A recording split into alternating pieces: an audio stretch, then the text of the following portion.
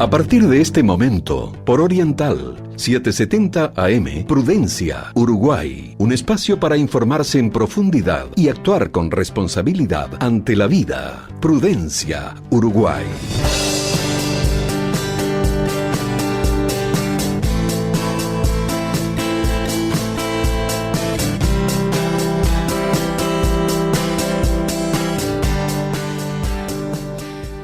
Muy buenos días.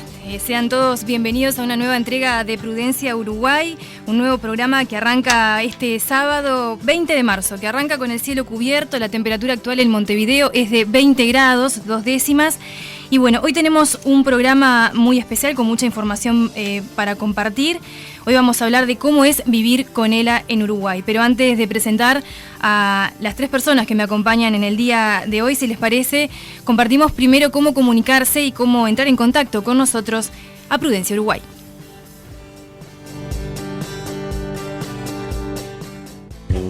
Comunícate con nosotros a través de nuestras redes sociales. Nos encuentras en Twitter e Instagram como @PrudenciaUY y en Facebook Prudencia Uruguay. También podrás encontrar todos nuestros contenidos en el sitio web www.prudenciauy.org.uy.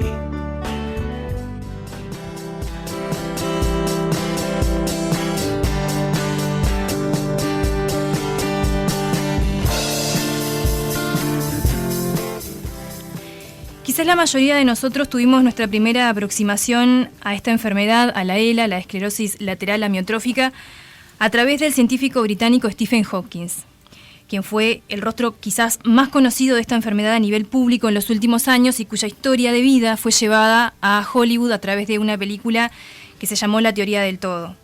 A Stephen Hawking se le diagnosticó ELA en 1963, cuando tenía solo 23 años. Con el paso de los años, su enfermedad limitó su movilidad física, pero no su brillantez intelectual, convirtiéndolo en uno de los científicos más prolíficos de la historia. Se casó en 2 ocasiones y tuvo 3 hijos y falleció el 14 de marzo de 2018 en Cambridge a los 76 años. Como decíamos, la enfermedad limitó su movilidad física, pero no su brillantez intelectual.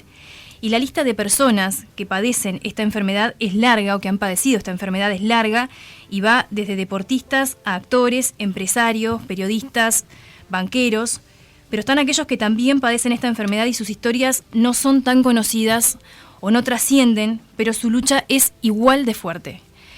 Para hablar sobre esta enfermedad es que hoy estamos acompañados por la doctora Ana Guedes, que es médica, oncóloga, internista especializada en cuidados paliativos y que trabajó más de 20 años a cargo de la coordinación de cuidados paliativos del CASMU. Buenos días, Ana, ¿cómo estás? Buenos días. También estamos acompañados por la doctora Andrea García, es doctora en medicina, especialista en neurología, egresada de la UDELAR. Participó en la asistencia de pacientes con ELA en la policlínica de ELA del Hospital de Clínicas, actualmente CELAU, esto es desde el año 2014. Actualmente se encuentra realizando el estudio de investigación perfil genético de la ELA en Uruguay, coordinado por la Cátedra de Neurología del Hospital de Clínicas, y también se encuentra realizando la maestría en Ciencias Médicas de ProInbio de la UDELAR. También estamos acompañados por Carolina Rius. Ella es la presidenta de la Fundación Tenemos ELA Uruguay. Y quizás, Andrea, comienzo contigo para preguntarte, ¿qué es la ELA? Bueno, buenos días a todos. La ELA es una enfermedad, como tú dijiste, lo que significa ELA es esclerosis lateral amiotrófica. ELA es una sigla que es más fácil para decirlo. Es una enfermedad neurodegenerativa, eso quiere decir que progresa, ¿verdad? Es una enfermedad que va degenerando las neuronas motoras principalmente. Por lo tanto, las manifestaciones más comunes o las más frecuentes son a nivel de la motricidad. Lo que le pasa a las personas que tienen ELA es que pierden fuerza, pierden músculo, pierden movilidad, lo cual los lleva habitualmente a un estado de dependencia prácticamente total con el correr del tiempo, ¿verdad? Esa afectación motora se divide principalmente como en 2 áreas de inicio, que es lo que llamamos la ELA espinal, que empieza por los miembros, o sea, los brazos o las piernas, y otro grupo, otra forma de inicio es lo que se llama ELA vulvar, que ahí los síntomas empiezan a nivel de la deglución o del habla, o sea, la persona puede empezar a tener problemas para tragar o para hablar. Es una enfermedad que, aunque empiece a nivel espinal o vulvar, generalmente continúa y progresa justamente hasta afectar todo el cuerpo, ¿no? Si empezó en un miembro, lo más probable es que afecte el otro miembro, después si empezó en los brazos puede afectar las piernas y luego la parte del habla y de la deglución. Bueno, eso con respecto a la fisiopatología, digamos. ¿Cómo es diagnosticada? ¿Y en qué edades puede aparecer esta enfermedad? La ELA es una enfermedad que principalmente el diagnóstico es clínico. O sea que con un buen examen físico, un buen interrogatorio, una historia compatible con esa evolución progresiva, uno ya puede hacer el diagnóstico. Los exámenes generalmente se piden cuando falta algún dato en el examen, a alguno le puede quedar dudas si realmente hay afectación muscular o lo que se llama motoneurona inferior, que eso se puede ver con un estudio eléctrico, que es uno de los estudios que más pedimos en los pacientes que pensamos que tienen ELA. Y otro estudio que se pide habitualmente, que más que nada es para descartar otras patologías, es la resonancia, que no es para hacer diagnóstico de ELA. Lo que busca en la resonancia es descartar otras enfermedades que pueden dar síntomas parecidos, que si hay una compresión de la médula o otro tipo de elementos que afecten la parte de las neuronas motoras, que no sea ELA, se puede descartar con una resonancia, pero no siempre es necesario. O sea, el diagnóstico, cuando es claro, no precisa más estudios, es un diagnóstico clínico. Bien. Andrea, te quería consultar, ¿cuántas personas actualmente, tú trabajas en el equipo del Hospital de Clínica, que actualmente se llama CELAU? Quizás te pediría que me cuentes un poco cómo fue que se integró o por qué nació, por qué se vio la necesidad de la conformación de este grupo a nivel público. Y después me gustaría preguntarte cuántas personas actualmente quizás están diagnosticadas con ELA en Uruguay y cómo es la prevalencia de casos, o sea, cuántos casos nuevos de esta enfermedad aparecen en Uruguay por año. Bueno, capaz que empiezo por esa pregunta primero. La incidencia en Uruguay, calculada por un estudio que se hizo, que lo hizo la Cátedra de Neurología en el 2002-2003, es de 1,42 casos cada 100.000 habitantes al año. Eso, bueno, como lo interpretamos en Uruguay, que somos más o menos 3,5 millones de personas, serían entre 45 y 48 casos nuevos al año. En teoría, ¿no? Obviamente sabemos que a veces pueden ser menos, pueden ser más. Hay pacientes que si son del medio rural, hemos visto que muchas veces no acceden a la asistencia o consultan muy tardíamente o bueno, en algunos casos puede ser que no se llegue al diagnóstico, pero en teoría, por las cifras que se hicieron en ese estudio que te digo 2002-2003, que fue muy exhaustivo, que se vieron todos los pacientes con ELA del Uruguay, se calculó una incidencia de 1,42 casos nuevos cada 100.000 habitantes al año, lo cual hace un número de 45 a 48 pacientes diagnosticados con ELA por año.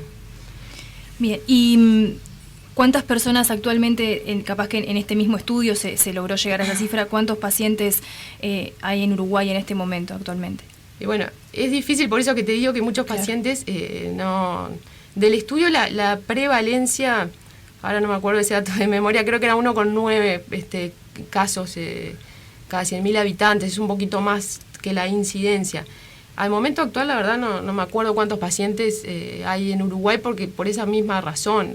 Nosotros trabajamos en un centro que ahora es casi un centro de referencia, pero no vemos todos los pacientes del Uruguay por razones obvias, ¿no? Hay muchos pacientes que no acceden a la policlínica por un tema de distancia o que, no tienen la necesidad de venir a la policlínica a hacer un seguimiento, un tratamiento. Entonces, obviamente nosotros estamos viendo una parte de los pacientes, más allá de que atendemos muchos pacientes del interior y pacientes de mutualistas y pacientes de ACE, del Hospital de Clínicas, pero la verdad que no capaz que Carolina sabe cuántos pacientes hay al momento actual. Hola, buenos días. Lo que nosotros decimos como cifra es la siguiente. Trabajamos desde el año 2014 como organización, acompañamos a más de 200 familias al día de hoy y vivas, hoy transcurriendo la enfermedad, estamos acompañando a cerca de 75 personas. Entonces, podemos decir de que en el Uruguay debe haber mucha más gente que no está acompañada por la organización porque es una decisión voluntaria acercarse a la organización y creemos que es el entorno de, si hacen ese estudio de la prevalencia, el entorno de 80 a 100 casos vivos es lo que se estima que hay. Bien, Carolina, tú sos la presidenta de una fundación que es, creo, la única en Uruguay que trabaja con pacientes con esta enfermedad y en el acompañamiento con las familias. Contanos un poco cómo nace esta iniciativa de la Fundación Tenemos el Uruguay. Bueno, en primer lugar, la organización se llama Tenemos el Uruguay, es una fundación en gestión, todavía estamos en gestión a pesar de que nacimos en el año 2014, para que el Ministerio de Educación y Cultura nos reconozca como tal. La organización Tenemos el Uruguay comienza su trabajo a partir del diagnóstico de la enfermedad de mi hermano, Martín, que en ese momento se encontraba viviendo en España y que nos comunica el diagnóstico de su enfermedad pidiendo ayuda a todos los hermanos, que somos 6 hermanos y vivíamos en Uruguay, uruguayos, con padres uruguayos. Y bueno, y en ese momento la reacción familiar fue, tenemos que ayudar a Martín, decirle que se venga, que estamos todos acá para ayudarlo. Y cuando nos fuimos a encontrar con él a España, nos dijo no. Bueno, después de todo el trayecto de conocer la enfermedad, que nadie sabía de qué se trataba, de consultar médicos y todo, él nos dijo no, yo elegí vivir acá y este es el lugar para mis hijos y quiero terminar mi vida acá. Me encanta que me quieran apoyar y ayudar y vamos a buscar la forma de estar juntos en este camino que nos toca vivir. Y él, su mayor preocupación era dejar un legado en el mundo. Entonces, en ese juego de buscar, bueno, qué es un legado y qué queremos dejar en este mundo, él decía, yo quiero dejar algo en Uruguay y capaz que esta experiencia que me tocó vivir, esta enfermedad que estoy atravesando, es una forma de dejar un granito de arena en el Uruguay y ustedes me pueden ayudar a transmitir lo que se vive, lo que se aprende. Y bueno, y ya que estoy en este lugar que parecería ser que tiene mejores condiciones para el tratamiento de la enfermedad, tratar de transmitir eso a Uruguay y de enseñar a caminar ese camino juntos a familiares y pacientes que estaban atravesando la enfermedad y que en ese momento tenían poco apoyo en Uruguay, habían pocas herramientas para resolver los problemas de la vida cotidiana. Incluso había como una dispersión en la medicina porque el diagnóstico es un diagnóstico neurológico, el neurólogo como tal tiene pocas herramientas para continuar el tratamiento y las distintas sintomatologías que aparecen en el transcurso de la enfermedad. Y al ser un sistema de salud tan compartimentado, el paciente tenía que ir por 18.500 lugares explicando lo que tenía, de qué se trataba su enfermedad, a gente que muchas veces en una urgencia o en un momento de crisis le cuesta mucho informarse en ese momento de eso. Entonces, lo primero que nos aconsejaron en el resto del universo es armar una asociación de familiares para apoyar a la familia y armar un centro de referencia para apoyar a los médicos y al sistema de salud, que es donde se debe desarrollar el expertise del tratamiento de esta enfermedad. Y bueno, y ese camino lo arrancamos en el 2014, construyendo la organización social, que bueno, como misión principal que tenemos es mejorar la calidad de vida de las personas y la familia que atraviesan la enfermedad en el sentido amplio de la vida. Para nosotros la vida es desde que nacemos hasta que morimos, y morir no está contrapuesto a vivir, está contrapuesto a nacer, y bueno, y es parte de la vida y tenemos que atravesar ese camino de la mejor manera. Culturalmente nos cuesta muchísimo, estamos en una sociedad que no habla de eso y que la muerte nos pone en un lugar bastante conflictivo y bueno, y estamos tratando de trabajar en ese sentido, en acompañar al paciente con todas sus decisiones y respetando sus derechos y bueno, y haciendo de eso lo mejor posible. Carolina, ¿Cuántas, capaz que te pido que me repitas la cifra nuevamente de cuántas familias son a las que apoyan hoy en día? Y te quería consultar cuáles son los apoyos que ustedes reciben y cómo trabajan para mantener toda esa estructura que me estabas contando, que por lo que veo, más allá del abordaje con las familias, también hay un abordaje con toda la parte que es un trabajo muy importante, y cómo se financian, cómo es que trabajan el día a día, capaz que cuentes un poquito cómo es esa labor. Bueno, nosotros somos todos voluntarios y honorarios, ninguno cobramos sueldo. La fundación como tal lo que pretende es promover, es apoyar para que las cosas sucedan en los lugares o las instituciones que ya están formadas. Nosotros creemos que el sistema de salud tiene herramientas para poder abordar esta enfermedad y tiene las instituciones más que construidas, que no tenemos que estar generando instituciones nuevas, sino más bien apoyar a esas instituciones para que los centros de referencia estén en los lugares más adecuados para que el paciente sea asistido, que el sistema de salud le dé la cobertura al paciente, y en eso trabajamos de forma voluntaria, apoyando y promoviendo y uniendo las partes. Nosotros siempre decimos, la ELA nos enfrentó a una enfermedad donde pone en la misma mesa al científico, al médico y a la familia. Nadie tiene solución para esta enfermedad. Y todos tenemos que trabajar para mejorar la vida en todo su trayecto, y porque todos queremos que la ciencia avance, porque todos queremos que la medicina atienda mejor y que la familia viva mejor. Entonces, estamos en la misma mesa trabajando juntos, todos. Ese es el objetivo principal. ¿Cuáles son las cosas a las que les cuesta más acceder como fundación? Porque, como decía Andrea, esta es una enfermedad que empieza de a poco a degenerar toda la parte motora, entonces en las primeras instancias me imagino que el paciente puede todavía moverse, desplazarse, pero después debe llegar un momento en donde se deben necesitar sillas de ruedas, se deben necesitar bastones para que puedan desplazarse. ¿Cómo se hacen de todos esos materiales, o cómo las familias llegan a ustedes para poder quizás en algún momento pedir ayuda? Nosotros lo primero que hacemos como organización es tener una primera entrevista con la familia y encontrar cuáles son esas necesidades, que además son muy cambiantes y constantes, con un cambio permanente. Cuando creemos que estamos adaptados a una cosa y que aprendimos y que ya conseguimos la solución, nos vuelve a cambiar y volvemos a necesitar otra, porque la enfermedad es progresiva y evolutiva, entonces le genera a la familia eso un estrés bastante importante.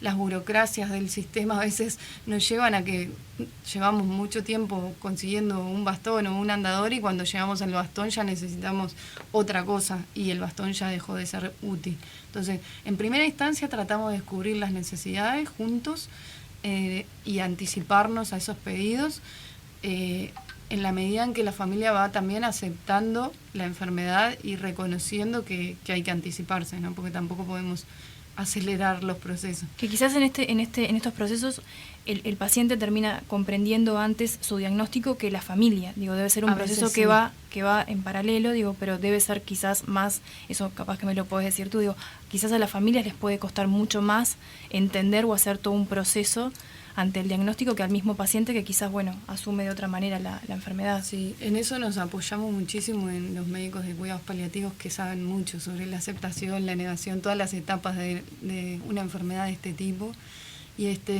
Y sí, a veces, y son contradictorias, a veces cuando el paciente está negado, la familia está recontra acelerada en querer entender, en querer aprender, en querer conocer el trayecto, y el paciente no lo quiere saber, y a veces el paciente ya lo sabe, ya lo estudió, ya lo investigó, y la familia está absolutamente negada y cree que el paciente se va a curar, que va a poder estar mejor y que no pone voluntad, y a veces ese diálogo y ese conflicto de intereses o de emociones, porque a veces ni siquiera es un tema de racionalidad, es un tema de que nos invade un montón de miedos y de situaciones emocionales, de aceptar el dolor y de todo lo que se atraviesa, que nos pone en conflictos sociales y de grupo bastante complejos. Pero bueno, el trabajo nuestro es tratar de entender esos conflictos, de acompañar, de unir el diálogo, de mediar entre esos intereses. Muchas veces nos pasa que el paciente no quiere saber de nada de nosotros porque le asusta o porque no quiere, está en otra etapa. Y la familia sí quiere. Entonces, bueno, empezamos a trabajar con la familia y no con el paciente. Hemos acompañado pacientes que nunca conocimos al paciente, que solamente trabajamos con la suegra o con el padre o con el hermano o con el primo, que fue el que se acercó a nosotros y que necesitaba ayuda. Y creemos que eso es también una forma de ayudar, porque si hay alguien en la familia que quiere conocer la experiencia, que quiere tener apoyo, asesorarse y eso, está en cierta manera apuntalando a esa persona. Entonces, directa o indirectamente siempre tratamos de no invadir, de respetar el proceso de cada uno y de acompañar en lo que podamos. Sabemos que hay muchas cosas que es imposible acompañar, que el día a día te lleva a una rutina que desborda las posibilidades nuestras como organización. Incluso me gustaría más hacer hincapié en que nosotros como organización pretendemos que las prestaciones sociales y que el Estado ayude y apoye. Nosotros tenemos un banco de ayudas técnicas porque las familias nos lo donan y lo prestamos y no tiene costo. Pero el paciente que estaba trabajando y que tenía una cobertura de DICE y que tenía un derecho a una prestación que es el banco de ayudas técnicas de DICE, tiene derecho a pedirle a DICE y al BPS que le dé esa prestación, y nosotros le enseñamos a que transite ese camino. Hay un centro de ayudas técnicas del MIDES que tiene donaciones millonarias de Noruega y recibe contenedores enteros de ayudas técnicas, y es bueno encontrar el diseño de la ayuda, porque cada debilidad y cada pérdida de movilidad requiere de una ayuda específica para mantener la autonomía y la dignidad de la persona, ¿no? Para que pueda seguir siendo autónomo y pudiendo realizar su vida cotidiana.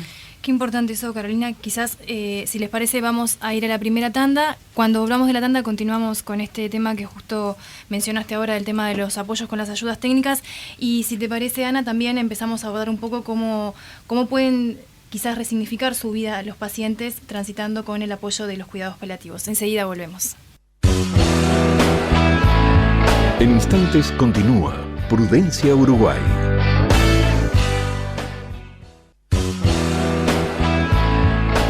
Continuamos ahora con Prudencia, porque un país que progresa humanamente elimina el sufrimiento y no a los que sufren.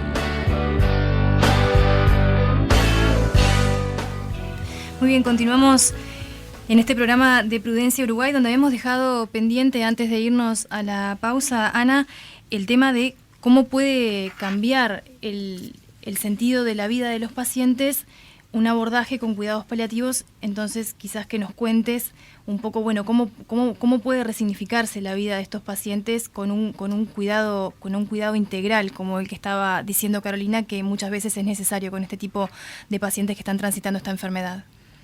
Buen día, sí, gracias. Bueno, me siento muy confortada con las compañeras, porque siguen trabajando intensamente y con mucha convicción en la ayuda y en el diagnóstico, la ayuda y en la asistencia en todas las etapas a esta enfermedad. Yo quería decir un poquito lo que estábamos hablando en la pausa, que se llega a la asociación en la población del hecho de que no hay una posibilidad terapéutica y que hay una progresión inexorable a que no tenemos nada para hacer. Y es todo lo contrario, como verán, como han presentado las compañeras, se hace muchísimo, se trabaja desde hacer un buen diagnóstico oportuno, temprano, hasta trabajar con el paciente y su adaptación y sus afrontamientos, hasta proporcionarle recursos, acompañarlo. Bueno, y en esto se insertan los cuidados paliativos procurar armonizar todos los recursos y coordinar todo lo que existe, y trabajamos efectivamente de esta manera. Yo asistí hasta hace 3 años en que pasé a otra actividad educativa y dejé de hacer asistencia y coordinación, pero asistí durante 20 años en servicio de cuidados paliativos, y progresivamente desde el 2008 fueron llegándonos enfermos que nos derivaron los neurólogos cuando empezamos a contactar con situaciones y pacientes que no sabíamos atender. Francamente, sabíamos el diagnóstico como internistas, estudiamos esa enfermedad e intercambiamos en los servicios, en la facultad, en todos con pacientes, pero siempre era una forma transversal, ¿verdad? Una etapa de esa enfermedad en su diagnóstico, pero en una forma integral, desde que se hace el diagnóstico hasta que fallece. Eso lo hacen los cuidados paliativos. Por ejemplo, el servicio de la doctora García, en que está la doctora García investigando, hace un adecuado diagnóstico, ve en las policlínicas, tenemos ERA, acompaña en los aspectos de aporte a las ayudas técnicas y aporte en todo lo que se puede a la resignificación, al apoyo familiar, y nosotros procuramos desde los cuidados paliativos, encontramos que lo que se podía dar era integrar todos esos recursos, más los que en la institución en la que estamos insertos tiene. Por ejemplo, la consulta adecuada y oportuna con el neumólogo para la valoración temprana de los apoyos ventilatorios. Por ejemplo, la asistencia psicológica al paciente o familia a los afrontamientos, ¿no? Porque, como decía Carolina, la familia está en una fase, el paciente está en otra. El afrontamiento de las pérdidas y de las pérdidas desde físicas hasta de roles, hasta de recursos, hasta de posibilidades de cumplir proyectos. Esos afrontamientos los trabajamos con ayuda de los psicólogos, y en sí todos los paliativistas de cualquier disciplina estamos preparados se nos prepara y se nos forma, requiere formación, ¿verdad? Pero el psicólogo nos va guiando y va guiando a la familia a hacer las intervenciones. También trabajamos con nutricionistas, por ejemplo, para el apoyo nutricional. Entonces se integra la nutrición asistencial, porque no es una nutrición paliativa, es una nutrición procurando mantener el trofismo muscular que retrase las pérdidas de funciones respiratorias, ¿verdad? Que retrase la insuficiencia respiratoria y el sufrimiento por esa causa. Entonces, la integración de todos esos recursos es un proceso muy de hilar fino, de trabajar constante, de comprender las necesidades y también de respeto a la autonomía, con una guía bioética de respeto a la autonomía del enfermo. Nosotros, por ejemplo, tuvimos situaciones en que enviamos a los pacientes al servicio del Hospital de Clínicas para que nos dieran determinada valoración de qué tipo de esclerosis lateral es, porque hay muchas clasificaciones, ¿verdad? Y qué, dinámica de progresión viene teniendo esa enfermedad. Trabajamos mucho con Carolina, desde que apareció Tenemos ERA, nos integramos a trabajar, hicimos todo lo que pudimos y vimos el enorme esfuerzo profesional y vocacional que tienen y cuánto ayudan. Por eso siempre recomendamos a las familias, apóyense en todo lo que hay, no excluyan, todos, y hay mucho y se trabaja, no es igual que no haya cura a que no se hace nada y no hay nada para hacer, y eso es importante que se comprenda. Y lo otro es la oportunidad y lo temprano, ¿verdad?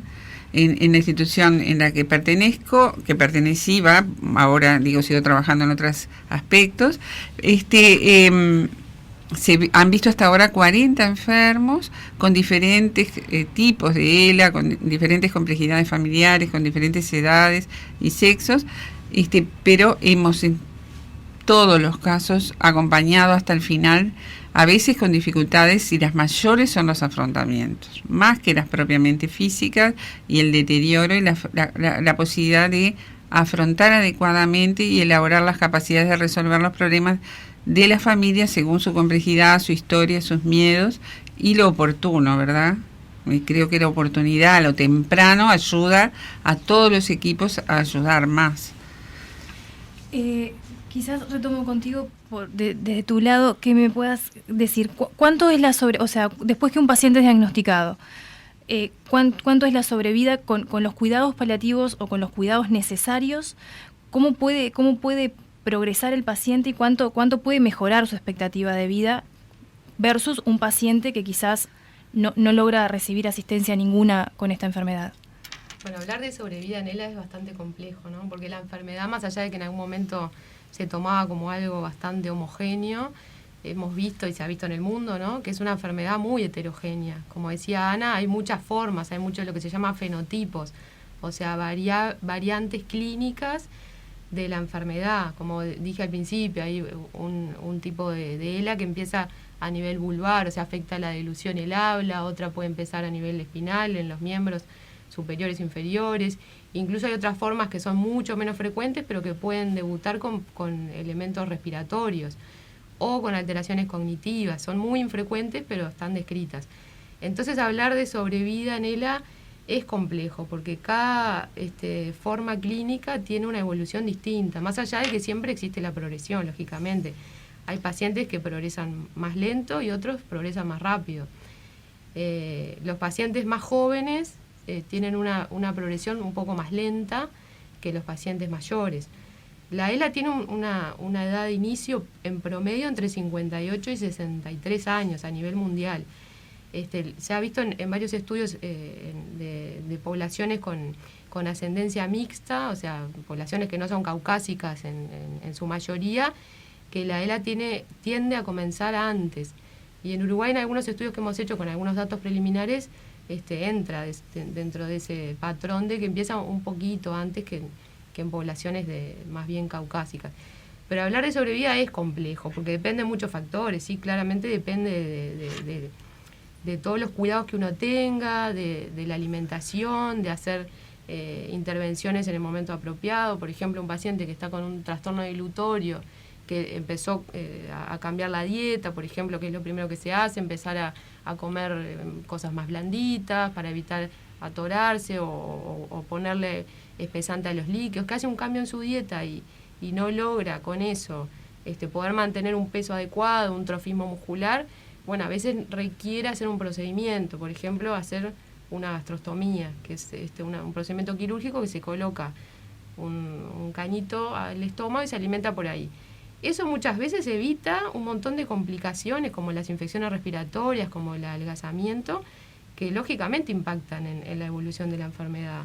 Eso por poner un ejemplo, o sea, a eso voy, es muy difícil, más allá de que hay cifras, obviamente, a nivel mundial, hay muchos estudios que miden la supervivencia de la enfermedad, pero depende de muchas cosas, depende si la persona, por ejemplo, precisa asistencia respiratoria, si los músculos que ayudan a respirar ya tienen un compromiso tal que la dinámica para respirar no está siendo la adecuada. Hay máquinas, hay lo que se llaman BiPAP, que se usan para mejorar justamente la entrada de aire. Eso también se ha demostrado que mejoran la sobrevida, aumentan la sobrevida y la calidad de vida.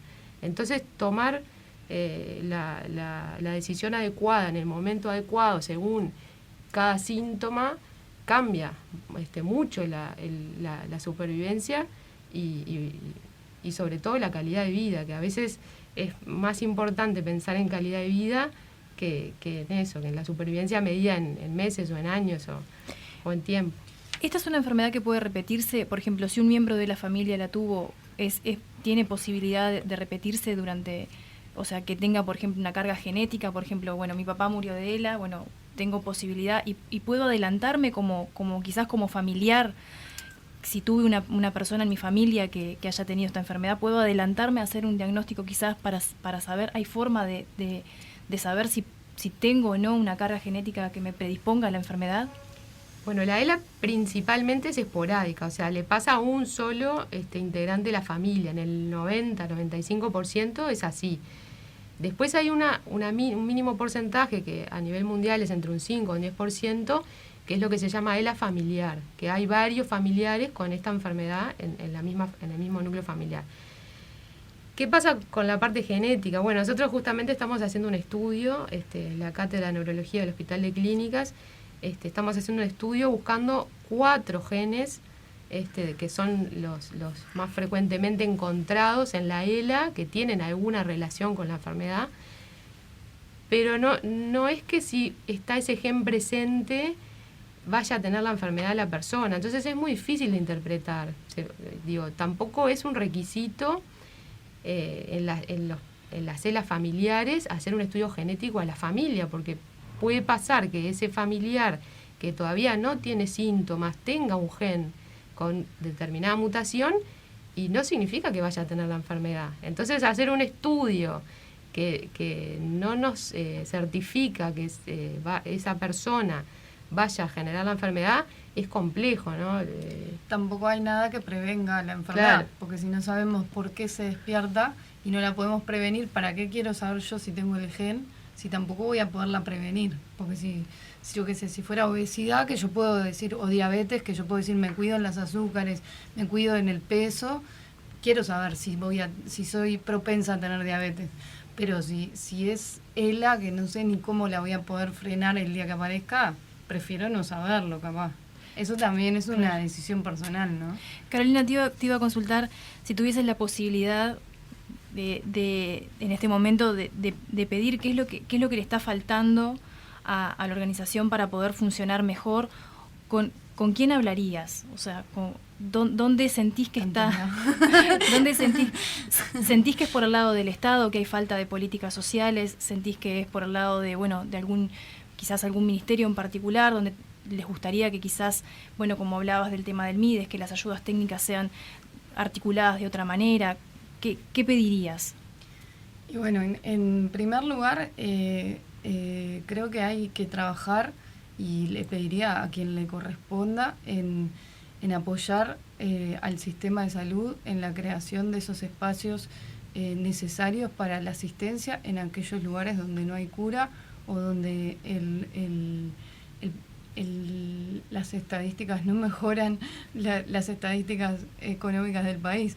Hay que apoyar los cuidados paliativos, hay que generar leyes que los sostengan, la buena voluntad de los médicos y las iniciativas como los centros de referencia que han surgido por la academia y han surgido por los médicos preocupados por mejorar asistencia y calidad de vida, no es suficiente. Hay que generar un marco regulatorio, hay que generarle presupuesto a esos espacios para que las enfermedades complejas, de alta complejidad, digamos, las puedan recibir. La academia tiene que hacer el esfuerzo de también formar a la gente. Tenemos fisioterapeutas, hay examen de ingreso para fisioterapeutas y faltan fisioterapeutas respiratorios en el país. No hay especialidad en respiratorio. Se tienen que ir a Argentina o a otras partes del mundo a hacer especialidad porque acá no hay tanatología. Es algo necesario y fundamental, es parte de la ciencia, es parte del conocimiento, y en Uruguay no hay cómo formarse en eso, o hay muy poco y muy recién iniciando su camino. O sea, hay mucho para trabajar en todas partes, en la ciencia, en la medicina, en lo social, y todos tenemos que poner nuestro granito de arena. Y cambios culturales fundamentales, ¿no? Seguimos con un sistema de salud, con un modelo biomédico, en un cambio paradigmático de la sociedad donde el derecho como individuo cada vez es más fuerte, y hay choques fundamentales, culturales, en donde yo tengo derechos como un ser humano de elegir mi vida, de querer elegir lo que hago en mi vida, también lo que hago cuando quiero morir. O sea, respetar esas cosas nos parece fundamental y apoyar ese trabajo en todo su sentido, porque me parece fundamental que exista equipo médico que contenga la enfermedad y que apoye en lo psíquico, en lo psicológico y en lo biológico, y equipo social que apoye en todo lo demás. Pero cuando la persona como individuo elige algo, respetarlo también, aunque no estemos de acuerdo, porque es parte de su vida también. Bien.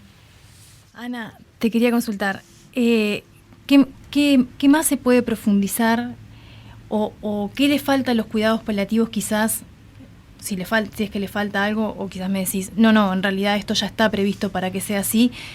en el abordaje con los pacientes con ELA? Bueno, muchas gracias, esa pregunta es muy importante. Nosotros hicimos un trabajo, digamos, autodidacta, basándonos en lo que nos enseñan en los cuidados paliativos cuando nos formamos, de lo que es el trabajo en equipo, ¿verdad? Entonces dijimos, vamos a aplicar la filosofía del trabajo en equipo para la atención de la ELA. Pero el trabajo en equipo rebasa lo interno, rebasa el compañero de enfermería, del psicólogo, pasa a un trabajo de equipo institucional. Entonces en la ELA la institución tiene que funcionar como un equipo y tiene que haber para eso educación y políticas de gestión de la institución. Para esta enfermedad o otras degenerativas que tempranamente afectan las funciones de autonomía física de las personas, ¿verdad? Relativamente jóvenes en mediana edad, como es la ELA, que aproximadamente entre 50 y 60 años se presenta. Entonces ahí hay un impacto grande y una complejidad en la asistencia, y la institución debe prepararse, no digamos exclusivamente para la ELA, pero por ejemplo, nosotros de tanto bregar, llamar por teléfono, sentarnos a conversar, empezamos a concientizar neumólogos, neurólogos, fisiatras. Hicimos un trabajo con el equipo de fisiatría de nuestra institución, con Carolina, en que reunimos y hubo un interés enorme, ¿recuerdas? Sí, habían como 30 personas, fisioterapeutas, fueron todos, y en 2 días, porque al desconocimiento crea la necesidad, el no saber responderle a un amigo, a un familiar, ¿qué hago, cuándo, cómo me apoyo acá, cómo mejoro la función de esta mano, cómo mejoro mi función deglutoria? Foniatría es fundamental, foniatría. Trabajamos con otorrinos, con foniatras, porque cada función es importante, pero cuando se pierden las funciones llamadas vulvares, ¿verdad?, la deglución y la palabra se pierde, hay un gran impacto afectivo y emocional, y hay que trabajar intensamente con la rehabilitación máxima de la foniatría y con las posibilidades de comunicación. Y ahí es un tema que me gustaría hablar con que Carolina lo verbalizara y lo expresara, y la doctora García, respecto a la obtención de recursos. Es fundamental facilitar desde las prestaciones sociales recursos para la comunicación, como son los recursos tecnológicos. Hay una historia con una computadora que ustedes trataron de recolectar fondos para poder acceder a esa computadora. Sí, dentro de las prestaciones sociales y las ayudas técnicas que nosotros pretendemos que las personas reciban, el comunicador es una herramienta fundamental. Hay tecnologías, hay alta tecnología y baja tecnología. Nosotros fabricamos con acrílicos unos comunicadores que les damos a las familias para comunicarse, para utilizar a través de los ojos el sistema de comunicación cuando no tenemos la palabra, pero también hay altas tecnologías que es a través de celulares, tablets o dispositivos oculares que te leen el iris, que es el que usaba, Steve Hawkins usaba otro músculo que no era el ojo, porque como usaba lentes y tenía dificultades para la movilidad de los ojos, usaba otro sensor en la cara.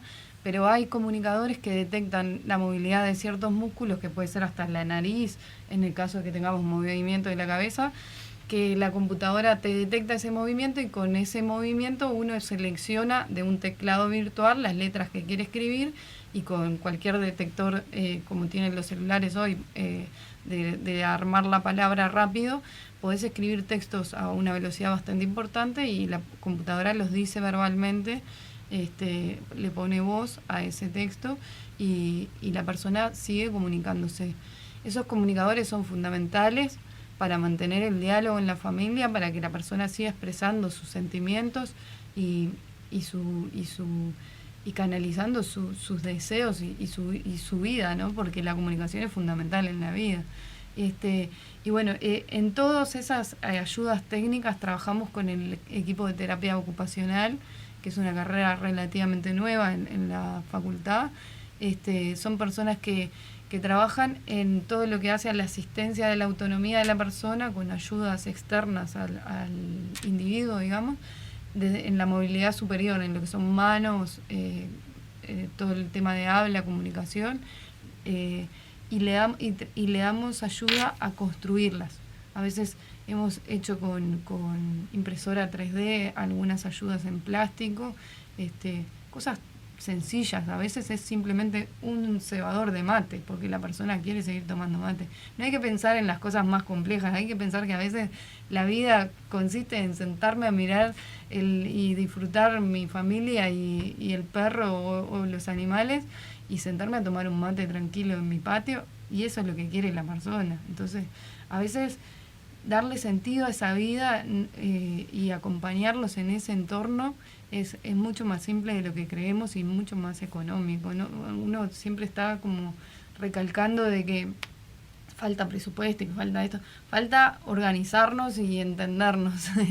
Igual, Carolina, este tipo de tecnología, actualmente Uruguay recibe de alguna manera apoyos para acceder, porque digo, más allá de lo que me estabas contando, digo, de lo que ustedes puedan hacer con todo el amor del mundo, pero igual llega un momento que estos equipos quizás son necesarios, y ¿hay forma de que en Uruguay se acceda a este tipo de equipamiento? Lamentablemente no, pero tampoco se accede a un respirador. O sea, nada, de ninguna ayuda se accede en Uruguay de la forma que se desearía acceder. Nosotros como organización hemos recibido donaciones de estos equipos, tenemos algunos disponibles y nos pasa que quedan en nuestras casas guardados porque tampoco tenemos el técnico que pueda ir a dedicarle un mes a la persona a entrenarlo y que la persona y la familia aprenda a usarlo, porque no solo la persona, porque alguien tiene que ponerle ese equipo enfrente a ese paciente que no se puede mover, y tiene que saberlo prender, y tiene que saberlo, y a veces los cuidadores carecen de esas habilidades por temas generacionales, porque la computadora es un tema nuevo y a veces las personas mayores sienten un poco del bloqueo de las tecnologías y eso, le tienen miedo al celular y a la computadora y a este dispositivo nuevo, y si lo enchufé bien, o sea, hay todo un entrenamiento del entorno familiar que se requieren técnicos, que se requiere disponibilidad de equipo que acompañe, y que nosotros desde el voluntariado los sábados y domingos no podemos, porque nuestras vidas siguen y tenemos que seguir trabajando, y no alcanza con ir una vez a la semana a la casa a tratar de enseñarle a usar algo bastante complejo, no solo a la persona, sino a todo el entorno, ¿no? Bien. Andrea, quizás para ir cerrando, ¿en qué está ahora el CELAU? O sea, ¿cuáles son los objetivos que tienen planteados con respecto a esta enfermedad y a dónde les gustaría llegar? O sea, ¿cuál es el objetivo o qué cosas todavía sienten ustedes como equipo médico que dicen, bueno, nos falta ir por ahí porque queremos llegar hasta acá? ¿Qué está faltando ahí todavía? Bueno, capaz que de la mano de lo que venía hablando Carolina, un neumólogo en el grupo, que es una carencia enorme, que nunca hemos logrado tener esa presencia de neumología, que es fundamental por todo lo que dijo Carolina recién. Eso nos encantaría, así que si alguien está escuchando y le interesa, se puede sumar al equipo. Es difícil porque, claro, el Hospital de Clínicas es un hospital docente, ¿no? Entonces hay muchos médicos y residentes y médicos en formación que transitan a través del hospital, que son esos recursos humanos los que a veces están en la policlínica por un tiempo limitado, ¿no? Mientras están haciendo la residencia de fisiatría o la residencia de neurología también, que fue en mi caso yo empecé como residente, después seguí yendo, pero no es fácil tener una presencia continua en un equipo que realmente necesita estar muy integrado y saber cómo funciona y tener todo como muy aceitado. O sea, el Hospital de Clínicas es excelente en cuanto a la docencia, pero si uno piensa desde la parte asistencial, que se forme un equipo humano y se mantenga, en este caso en la ELA es fundamental.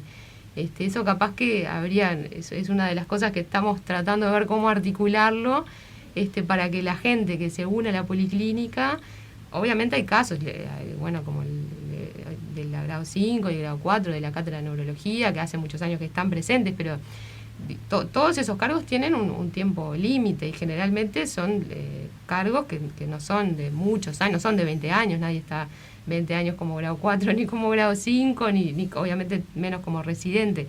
Entonces hay que pensar cómo una manera de que la policlínica se sostenga, se sustente y siga funcionando a largo plazo, más allá de todas las personas que transitan por el hospital de un modo más formativo.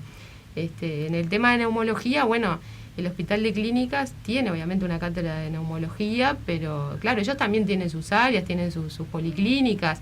No siempre a nivel de recursos humanos podemos contar con la presencia de todas las especialidades. La policlínica de ELA, en realidad, antes estaba inmersa en lo que es la policlínica de neuromusculares, que es un grupo de enfermedades como la ELA, bueno, la miastenia, distrofias, etcétera. Se vio que los pacientes con ELA tenían requisitos o una forma de... Teníamos que tratarlos de otra manera, o sea, necesitaban otro tipo de atención y por eso se separó, se hizo como un satélite, una policlínica extra para tener una atención especial que no o sea, era algo que notábamos que se precisaba para los pacientes con ELA. Necesitan otra atención por todo lo que ya dijimos. Y ahora la policlínica, bueno, después de mucho tiempo y transitar por un montón de cosas, ha logrado tener, bueno, obviamente la presencia de neurología, psicología a través de los cuidados paliativos, tenemos fonoaudióloga, nutricionista, terapia ocupacional, bueno, está fisiatría, obviamente está toda la parte de la asociación, tenemos ELA que apoya muchísimo y siempre están presentes y eso ha sido la ayuda fundamental para que todo esto se genere, pero bueno... Y también la pata de investigación y ciencia con claro, haciendo los ensayos clínicos que está haciendo ahí está Laura y toda esa gente. Exacto, eso también como es un hospital académico, bueno, hay mucha investigación que se genera con los pacientes con ELA y en otras áreas, que eso obviamente nos ayuda a aportar nuestro granito de arena a una enfermedad que no se sabe mucho de por qué surge, que no hay un tratamiento que la cure, digo, hay más interrogantes que certezas y eso también nos ayuda como a sumar y a seguir para adelante.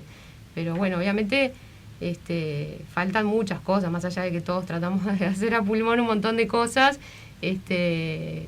sí hay carencias como la parte de neumología, las asistencias, bueno, toda la parte más administrativa, de cómo hacer, adquirir determinadas cosas. A veces nosotros, claro, asesoramos al paciente cuando va a la policlínica y sabemos lo que precisa, pero no se lo podemos dar. O para nosotros los médicos también es difícil a veces saber todo el proceso administrativo por el que tiene que pasar para conseguir un respirador o la asistencia técnica que sea. Es muy complejo, o sea, te genera como una impotencia bastante fuerte el saber lo que precisa, el recomendárselo y después muchos pacientes, tratamos obviamente de responder esas preguntas, pero a veces también nos supera a nosotros todo el peregrinaje que tienen que hacer para conseguir algo. Es una parte bastante compleja. Es increíble lo mucho que hacen y lo que parece que quedara por hacer. Sí, es más lo que falta. Es increíble. Para cerrar el programa de hoy, quizás, Carolina, quiero hacerte una pregunta muy personal. Sí. ¿Sentís que cumpliste con ese legado? Me parece que me queda mucho por hacer, pero sí. Creo que, en cierta manera, ayudé a mi hermano a descansar en paz, a sentirse orgulloso de que estaba dejando un mensaje o estaba dejando algo que se empezaba a construir y que había un camino por recorrer, lo teníamos claro todos. Yo siempre cuento y para mí eso es como bastante gráfico.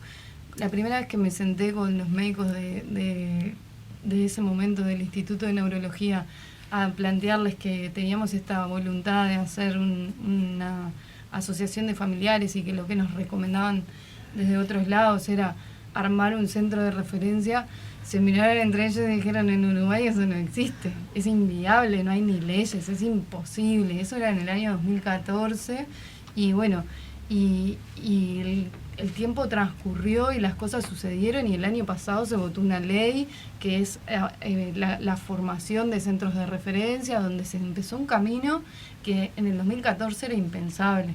Para mí eso demuestra de que hay que caminar, hay que avanzar y todo lo que hagas siempre vas a encontrar que mejorás algo. Siempre vas a encontrar cosas que faltan o que nos equivocamos y tenemos que volver a empezar.